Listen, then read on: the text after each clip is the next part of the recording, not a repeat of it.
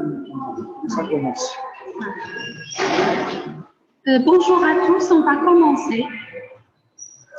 S'il vous plaît, on va commencer. Donc, le cours d'aujourd'hui va porter sur l'athérosclérose.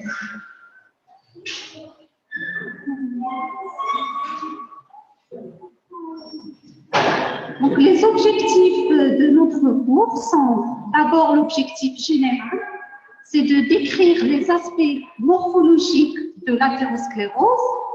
Et pour les objectifs spécifiques, c'est d'abord définir l'athérosclérose selon la définition de l'Organisation mondiale de la santé et en citer les principales formes topographiques.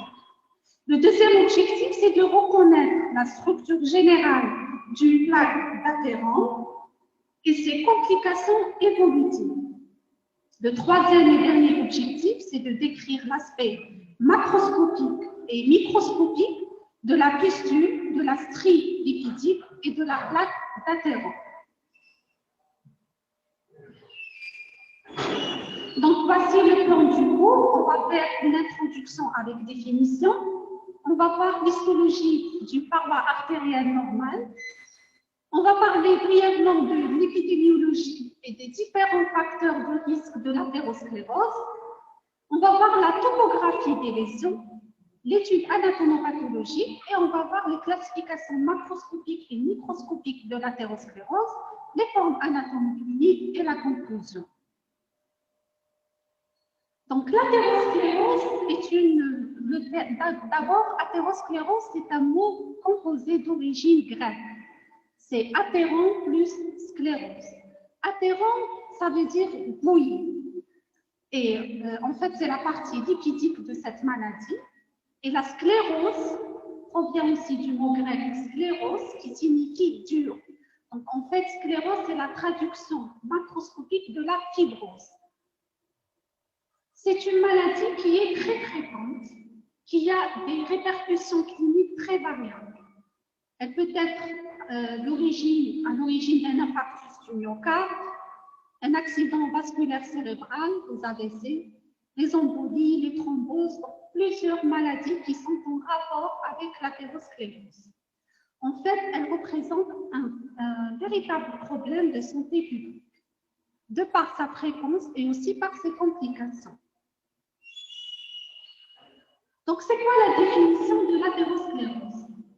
C'est l'association variable de remaniement de l'intima des artères de gros et moyen calibre consistant en une accumulation focale de lipides, de glucides complexes, de sang, de tissus fibreux et de dépôts calciques.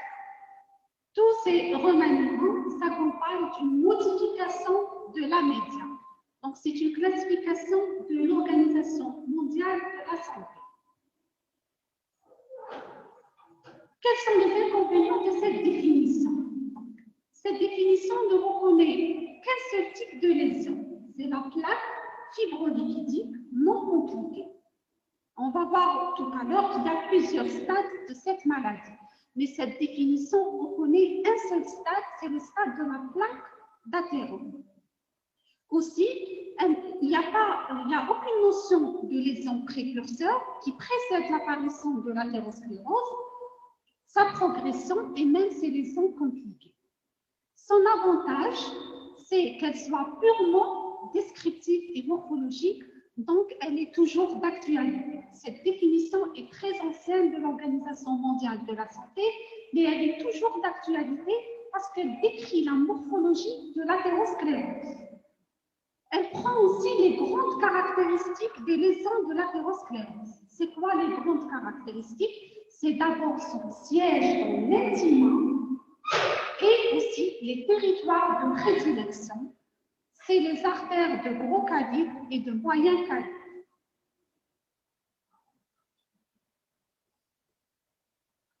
Il faut différencier l'athérosclérose de l'artériosclérose. Donc, artériosclérose, c'est un épisysme diffus de l'intima sans dépôt lipidique. Quand on dit athérosclérose, on l'a vu tout à l'heure, c'est un mot composé. Athéro, c'est lipidique, sclérose, c'est fibrose. Artériosclérose, il n'y a que la fibrose.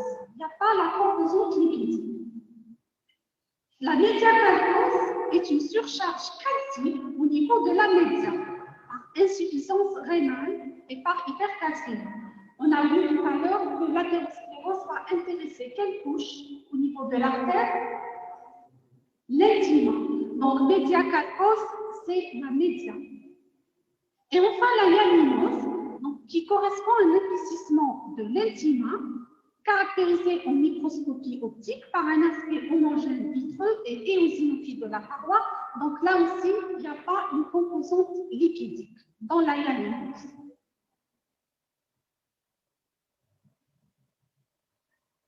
Donc, pour le rappel d'une structure histologique d'une artère, donc nous avons trois tuniques. Vous avez de l'intérieur vers l'extérieur l'intima, la média et l'adventice. Donc, l'intima est tapissé d'un endothélium qui est composé de cellules allongées, cubiques, et reposant sur un tissu conjonctivo-vasculaire qui est étroit et qui est séparé de la deuxième couche, c'est-à-dire la média, par une limitante élastique interne. La média est faite de cellules musculaires lisses et elle est séparée de l'adventice par une limitante élastique externe. L'adventice est composé d'un tissu conjonctif comportant des capillaires non lisibles.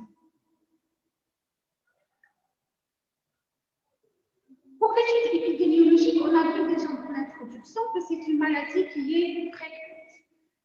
En fait, c'est la maladie artérielle la plus connue. Elle est très fréquente dans les pays industrialisés et elle représente la principale cause de décès au-delà de 40 ans. Le début de cette maladie est parfois très précoce, d'ailleurs durant les premiers mois de la vie, avec une évolution qui est insidieuse. Pardon? Insidieuse qui évolue à bas bruit. Donc, elle ne s'accompagne pas de symptômes cliniques. C'est ça, insidieuse. Bien sûr, c'est beaucoup plus pour les premiers stades précoces de la maladie. Pour les facteurs de risque, nous avons d'abord l'âge qui est supérieur à 40 ans. Le sexe, donc les hommes sont plus touchés par rapport aux femmes, mais après la ménopause, le risque est identique pour les femmes et pour les hommes. En fait, c'est les hormones sexuelles qui protègent les femmes durant la période d'activité génitale. Donc, ces hormones contribuent à la diminution de l'excès du liquide. L'alimentation, bien sûr, tout ce qui est alimentation riche en graisses animales et en protéines constitue un facteur de risque de cette maladie.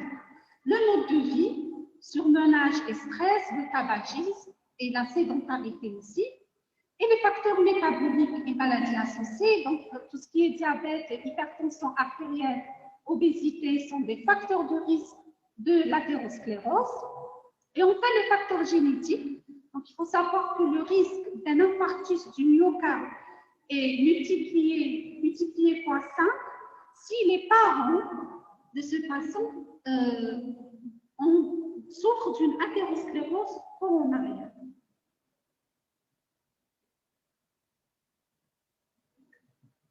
Pour la topographie, donc on a vu dans la définition de l'OMS, c'est pour ça qu'on a parlé davantage de cette leçon parce qu'elle a très bien défini le siège de cette maladie. Donc l'athérosclérose va toucher l'aorte et aussi les grosses et moyennes artères, à savoir les carotides internes, les coronaires, l'artère subclavienne, les artères rénales. Donc tous les artères de gros et moyen calibre peuvent être touchés par cette maladie. Dans les zones de turbulence, donc ces zones sont des sièges de prédilection pour le dépôt des lipides, donc tout ce qui est bifurcation et même le point de naissance des collatérales des artères. Au niveau des membres, c'est les membres inférieurs qui sont touchés. Les membres supérieurs sont très rarement touchés par l'athérosclérose. Il faut savoir qu'il n'y a jamais d'athérosclérose sur les segments veineux. Donc, dans les veines, on ne parle pas d'athérosclérose. C'est uniquement les artères. il y a deux situations où on peut avoir cette maladie dans les veines. Premièrement, en cas de greffon veineux, par phénomène d'artérialisation veineuse, c'est-à-dire par exemple dans les infarctus du myocarde, quand on veut les traiter, il y a une méthode qui, je ne sais pas si vous connaissez, le pontage. Pontage, on sectionne une partie d'une veine et on va la mettre au niveau du myocarde pour... voilà, très bien. Donc, ce segment veineux qui va se retrouver entre deux artères va subir un phénomène d'artérialisation et donc il pourra être le siège d'une athérosclérose, même si c'est à l'origine, c'était une veine. Deuxième situation, c'est en cas de fistule artério-veineuse qui peuvent être congénitales ou acquises. Donc, dans ce cas, il y a un phénomène d'hyperpression sur les segments veineux. Donc, en fait, l'athérosclérose, pourquoi elle ne touche pas les veines? Parce que dans les veines, la pression est diminuée par rapport aux artères. Donc, c'est deux situations où on peut avoir une athérosclérose sur des segments veineux.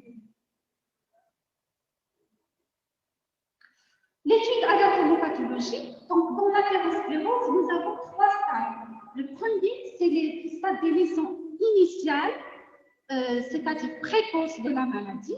Le deuxième stade, c'est la plaque qui est constituée. Le troisième, c'est le stade de complication. Donc, le premier stade, qui correspond aux lésions initiales de la maladie, est représenté par le point lipidique et les stries lipidiques. Donc, sur le plan macroscopique, le point est une élevure jaunâtre dont la taille est inférieure à 1 mm. Donc, vous voyez dans ce segment artériel, ces différents points blancs jaunâtres qui correspondent en fait à des points lipidiques. Pour les stries lipidiques, c'est la taille qui est différente. Donc, ces stries lipidiques mesurent quelques millimètres. Donc, les deux sont considérés comme des lésions précoces de l'athérosclérose. Sur le plan microscopique, ces points lipidiques et stries lipidiques correspondent à une accumulation d'histiocytes spumeux. Donc, tout ce que vous voyez ici, les cellules claires qui se déposent sous l'endothélium, correspondent à des histiocytes spumeux. C'est quoi les histiocytes spumeux? C'est des macrophages, des histiocytes dont le cytoplasme est bourré de lipides, essentiellement de cholestérol. Donc, voici les cellules spumeuses qui se déposent sous l'endothélium de cette artère. Donc, là aussi, vous avez un amas de cellules spumeuses qui sont des cellules macrophagiques qui ont phagocyté les lipides. Donc, le point lipidique et stries lipidiques peuvent s'observer avant même l'âge d'1 an. Donc, c'est vraiment des lésions très précoces. Elles peuvent soit régresser et disparaître. Donc, c'est des lésions qui sont quoi? Puisqu'elles peuvent régresser et disparaître. Elles sont réversibles. Voilà. Donc, ou bien, elles vont évoluer progressivement vers les autres lésions de l'athérosclérose qu'on va les voir. Donc, il faut savoir que ces lésions n'entraînent jamais de manifestations cliniques. On a dit tout à l'heure que c'est une évolution le plus souvent insidieuse. Ça concerne justement ces lésions précoces de la maladie. Après le point estrie-lipidique, vous avez la plaque gélatineuse. Sur le plan macroscopique, cette plaque apparaît grisâtre et translucide et intéresse l'intime. Donc, sa taille est comprise entre 0,5 et 1 cm. Sur le plan microscopique, vous avez en plus des histiocytes spumeux, vous avez de l'œdème. Donc, c'est l'œdème qui donne cet aspect gélatineux à cette lésion d'athérosclérose qui est précoce. Donc, toutes ces lésions peuvent soit régresser, soit se transformer en plaques fibreuses. Donc, cette plaque gélatineuse va disparaître et va être remplacée par la fibrose. Ou bien, ces différentes lésions vont se charger en lipides et se transformer en plaque d'athérosclérose. Donc, nous avons vu les lésions précoces qui sont un type 2. C'est quoi les lésions précoces? Ce qu'on vient de voir, vous avez les points lipidiques, vous avez les stries lipidiques et la plaque gélatineuse. Quand on vous dit les lésions précoces de l'athérosclérose, c'est les points lipidiques, les stries lipidiques et la plaque gélatineuse. C'est des lésions qui peuvent être réversibles. Ensuite, nous avons les lésions constituées de la maladie. C'est la plaque d'athérome. Donc, la plaque d'athérome se présente macroscopiquement comme une lésion lenticulaire qui mesure entre 0,5 jusqu'à 3 cm. Donc, la surface de cette plaque d'athérome est généralement lisse, mais quand la taille est importante, elle devient irrégulière. Sur le plan microscopique, nous avons deux angles dans la plaque d'athérome. Vous avez un centre et une périphérie. Le centre est composé de cellules spumeuses qui étaient déjà présentes dans les lésions précoces, en plus d'une nécrose lipidique. Cette nécrose lipidique est faite de cristaux de cholestérol extracellulaire et l'ensemble est appelé bouillie lipidique. Donc, au centre de la plaque d'athérosclérose, vous avez les histiocytes spumeux et vous avez les cristaux de cholestérol. Les cristaux de cholestérol, on les voit aussi au microscope. Donc, tout ce que vous voyez comme une sorte d'aiguille blanchâtre correspond à des cristaux de cholestérol. Donc, ça, c'est le centre de la plaque d'athérome. En périphérie, vous avez une fibrose qui va encercler ce centre lipidique. Donc, cette fibrose va se densifier à la langue et va même intéresser une partie de la média. On a vu dans la définition que l'athérosclérose concerne quelle clinique dans les artères? L'intime. Mais dans les lésions évoluées, la fibrose va commencer à intéresser aussi la média. Donc, il y a une participation de la média. Donc, l'évolution de cette plaque d'athérome va se faire vers aussi la fibrose. Ça va donner un aspect en coquille d'œuf. Donc, cet aspect, on peut même les voir sur les clichés radiologiques. Donc, sur une artère, on va avoir comme une coquille qui est faite d'une fibrose. Donc, c'est ça l'évolution de la plaque d'athérome. Donc, il n'y aura jamais une disparition. Même s'il y a diminution des histiocytes et tout, il y aura une séquelle sous forme d'une fibrose. Maintenant, on a vu les lésions précoces, les lésions constituées qui sont la plaque d'athérome, et maintenant, c'est les lésions compliquées de la maladie. Donc, on l'appelle aussi plaque d'athérome qui est compliquée. C'est quoi les complications? D'abord, l'ulcération. Donc, cette plaque qui comporte un centre lipidique et entourée de fibrose va s'ulcérer. C'est la première complication. Ce que vous voyez ici, c'est une plaque avec une ulcération. Donc, cette ulcération va est due à une destruction partielle de l'endothélium et qui va mettre la plaque d'athérome en contact avec le milieu interstitiel. Deuxième complication, c'est l'hémorragie et l'hématome intraplaque, par formation d'un hématome dans la plaque d'athérome ulcérée. Donc, ça se suit. Première complication, c'est l'ulcération. C'est destruction de l'endothélium qui recouvrait cette plaque d'athérome. Deuxième complication, c'est l'hémorragie. Donc, à côté de l'ulcération, il va y avoir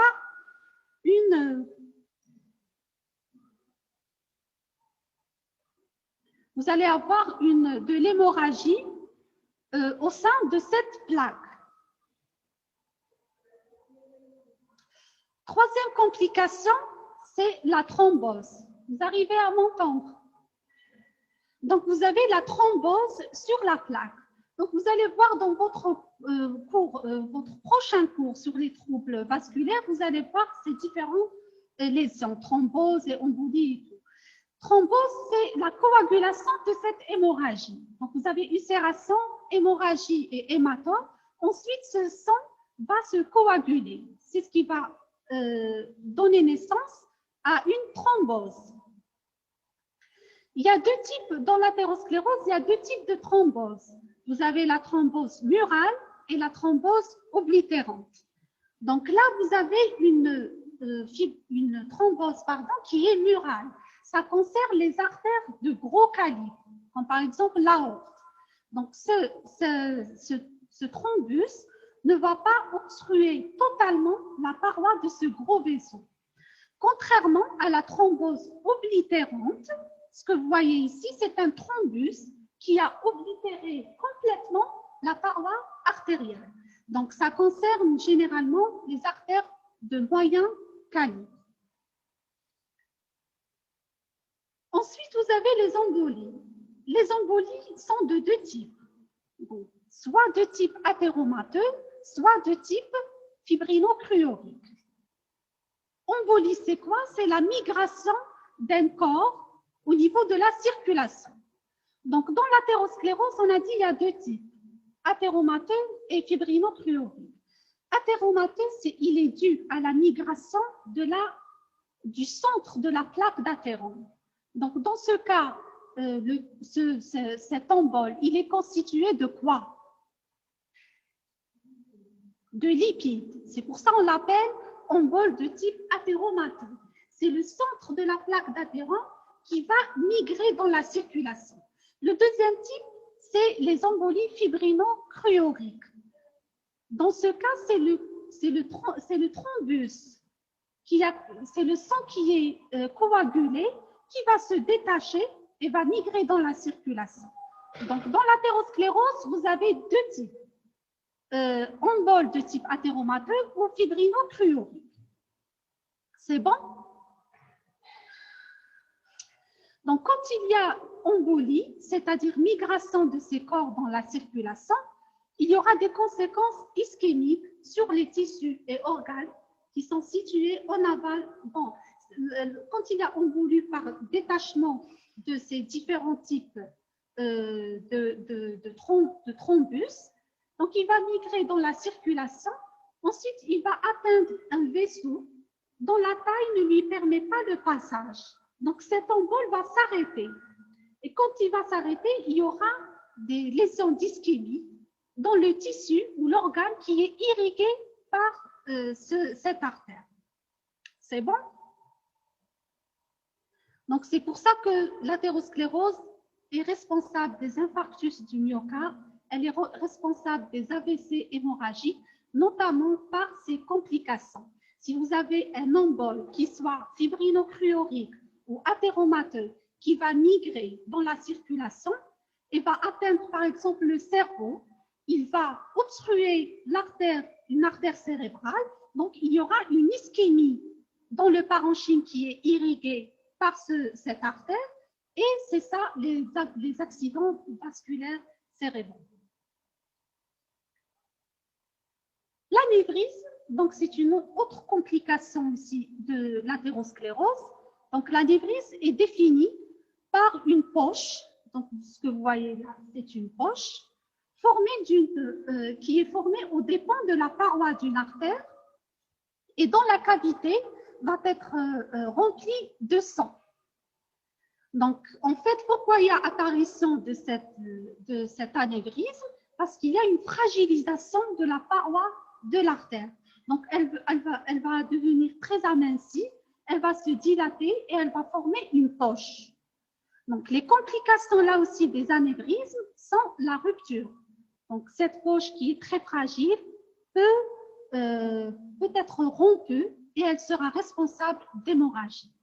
Donc, et elle peut aussi être responsable, si c'est un anévrisme qui est important, cette complication peut être responsable même du décès. Une fois, c'était sur une pièce en médecine légale d'un homme qui est décédé. Il y avait toute une hémorragie au niveau du médiastin qui a formé un gros caillou. Donc, c'était par rupture d'un anévrisme. Donc, pour la classification, c'est bon pour les lésions de l'athérosclérose. On a dit lésions précoces, lésions de la plaque constituée, et vous avez les lésions compliquées. Précoce, on a vu le point lipidique, les stries lipidiques et la plaque gélatineuse. Ensuite, vous avez la plaque d'athérome proprement dite, avec le centre lipidique et la fibrose tout autour. Ensuite, vous avez le stade de complication, c'est la plaque compliquée. On a vu plusieurs types de complications, soit ulcération, hémorragie, thrombose, vous avez l'embolie, et vous avez aussi les anévrismes. Pour la classification macroscopique, donc l'OMS, l'Organisation mondiale de la santé, propose 4 grades macroscopiques. Le grade 1, 2, 3, 4. Le 1 correspond au stade débutant, donc il correspond surtout aux stries lipidiques. Le grade 2, c'est le stade moyen de la maladie. Il est constitué des plaques d'athérosclérose non compliquées. Le stade 3, c'est les plaques ulcérées et nécrosées avec hémorragie. Et le grade 4, c'est les plaques qui sont massivement calcifiées et ulcérées. Donc, si vous retenez les différents aspects qu'on a vus tout à l'heure avec les différents stades d'évolution, ces classifications sont très faciles à retenir. Il faut juste faire la correspondance.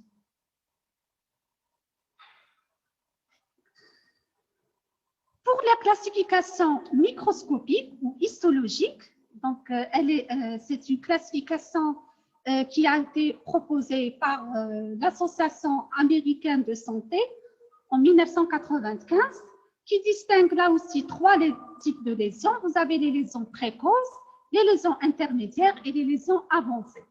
Précoces avec type 1 et type 2. Le type 1, c'est quelques macrophages spumeux sous-endothéliaux qui sont visibles uniquement au microscope. Donc, le type 1, c'est toujours des lésions précoces, mais qu'on n'arrive pas à voir sur le plan macroscopique.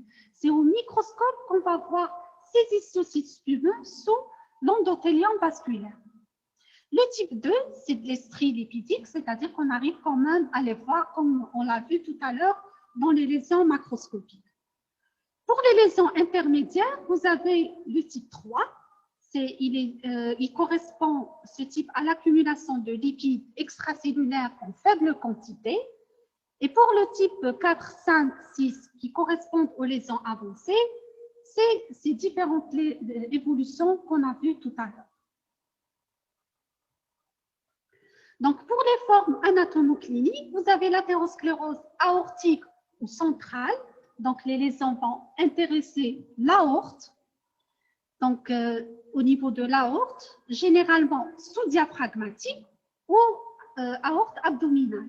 Donc, on a vu déjà tout à l'heure que les membres inférieurs sont le plus souvent touchés. Les membres supérieurs sont rarement touchés par l'athérosclérose.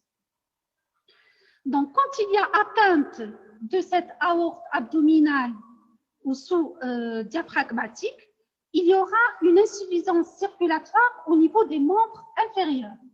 Bien sûr, c'est l'aorte sous-diaphragmatique, donc c'est les membres inférieurs. Elle va se traduire par la claudication intermittente. Vous avez déjà fait dans la sémiologie.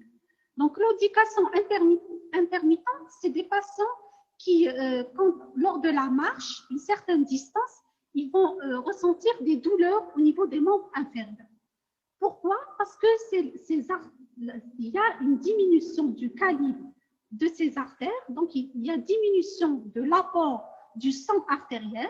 Donc, qui dit diminution du sang artériel, c'est-à-dire qu'il y a un manque d'oxygène. Donc, c'est ce qui fait cette claudication intermittente. Donc, quand l'atteinte va toucher l'artère abdominale, elle va se traduire par une claudication intermittente des membres inférieurs. On peut avoir aussi une cyanose des téguments avec abolition des ponts fémoraux. Donc, tout ça est dû à cette obstruction par la plaque d'athérosclérose. La deuxième forme, c'est l'athérosclérose périphérique. Donc là, l'athérosclérose va intéresser les artères viscérales et les collatérales de l'aorte des membres toujours inférieurs. Là, les conséquences dépendent du degré de l'obstruction.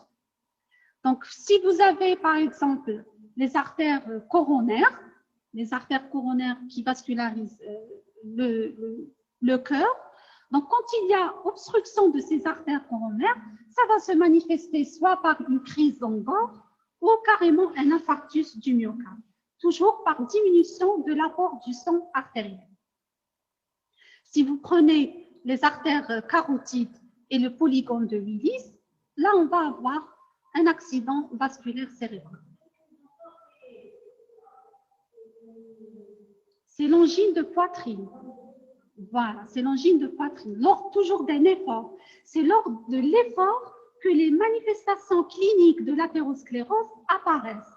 Parce que quand on est au repos, donc les tissus n'ont pas vraiment besoin d'une grande quantité d'oxygène. Mais c'est lors de l'effort qu'il y a un besoin accru en oxygène, mais puisque ces artères sont diminuées dans leur calibre, il y aura apparition de ces différents symptômes. Pardon? Il y a des symptômes cliniques qui permettent de la distinguer.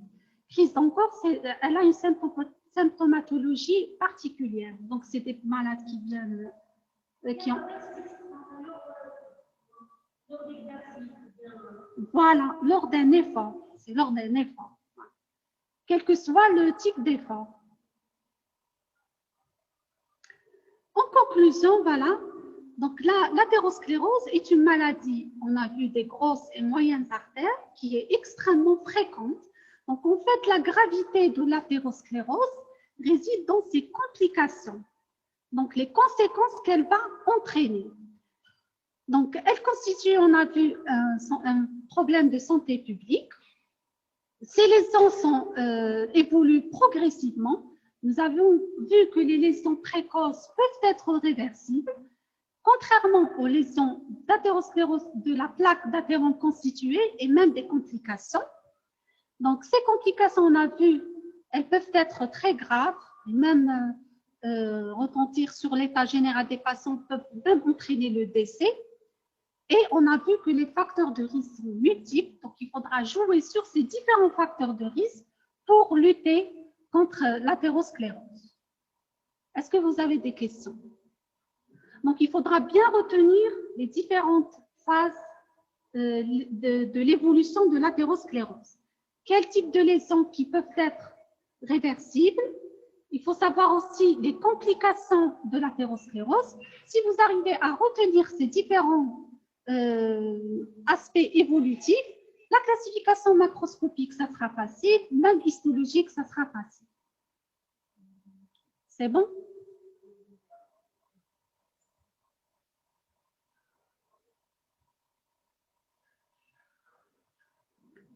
Vous n'avez pas de questions?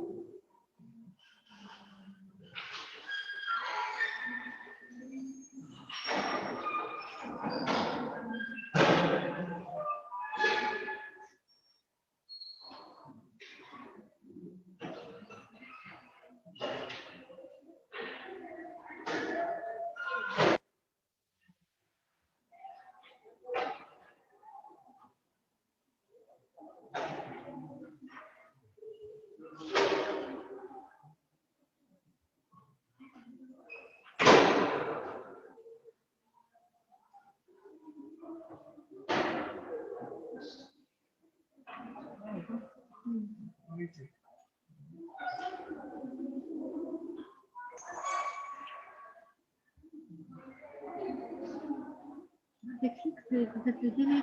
Oui.